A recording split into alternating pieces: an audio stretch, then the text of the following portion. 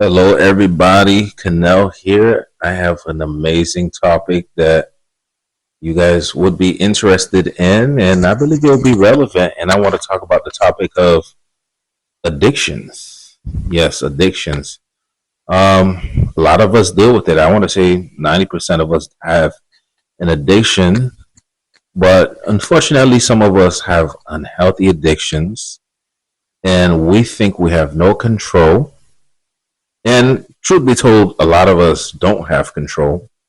We're mastered by addictions. We don't think that we're ever going to change. Me personally, there have been times where I'm like, hey, God, honestly, I don't even feel like praying, but I'm only praying to thank you and actually for protection because I know ultimately you are Lord. But knowing that I'm just still dealing with some type of addiction, right?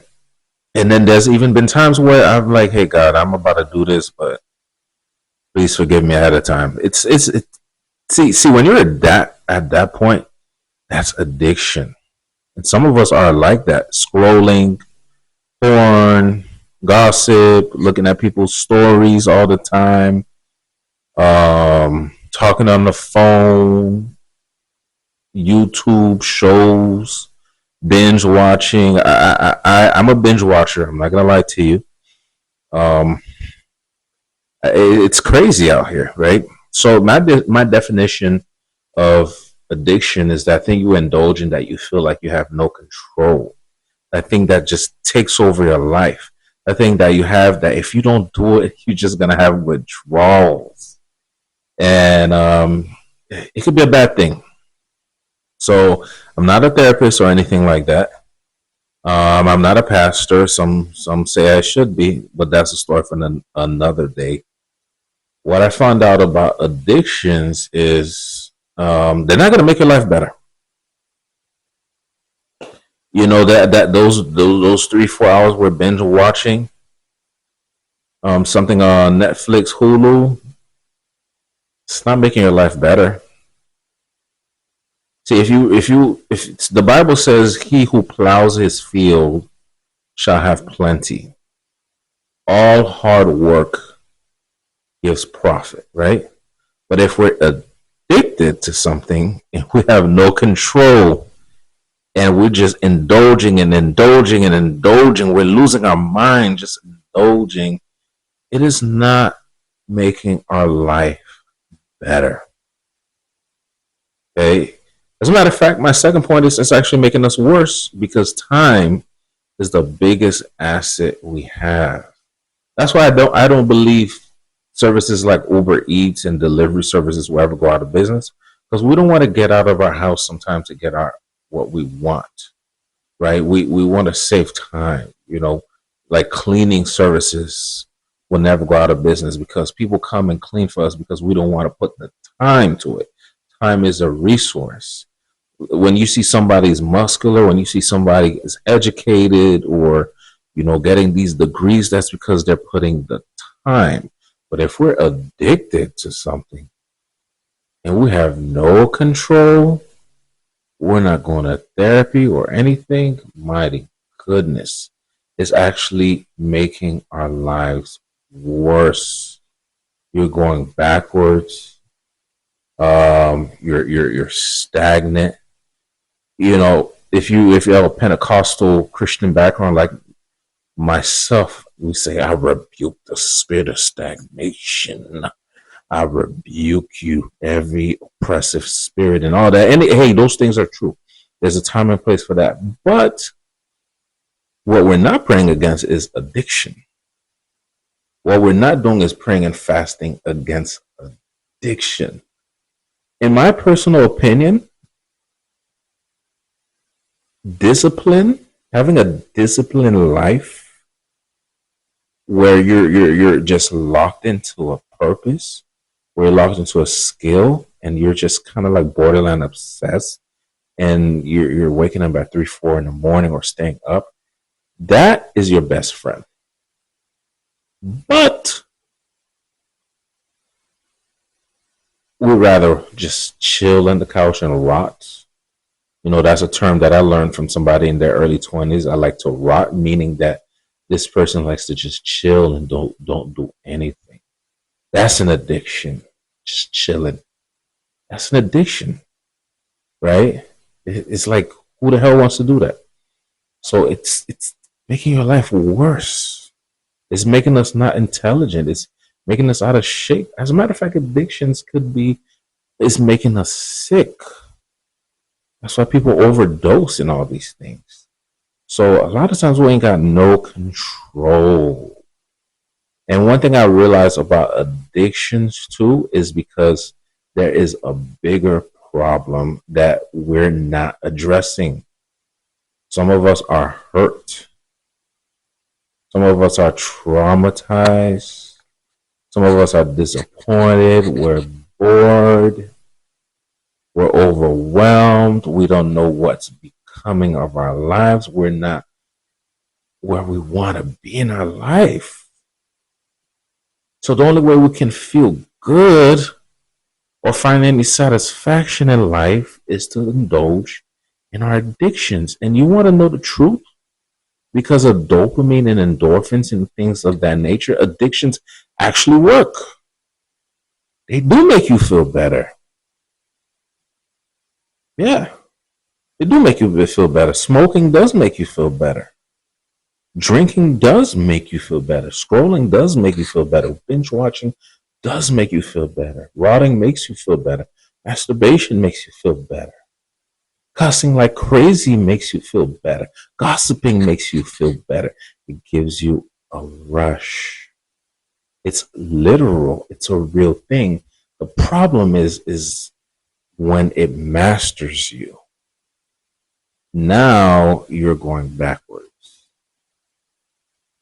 Okay, so addiction makes our lives worse. It doesn't make our lives better, and there's something wrong with us. We need to address it in therapy, or we need to really unpack. I learned this from Dr. Caroline Leaf. She says that when you have depression, what it is information. You don't just have these emotions for no reason, right? So when it comes to addictions, you don't have those addictions for no reason. It's coming from somewhere other than spiritually. Addictions are coming from something. Something is wrong that you're not addressing. Nothing is wrong with you, but something is wrong emotionally in our soul that we must commit to these habits that are toxic for our future. Okay? So once again, I am not a therapist, but here's what I encourage you to ask yourself to journal. I love to journal. You want to know what I do with my free time? I'm journaling. That's an addiction for me.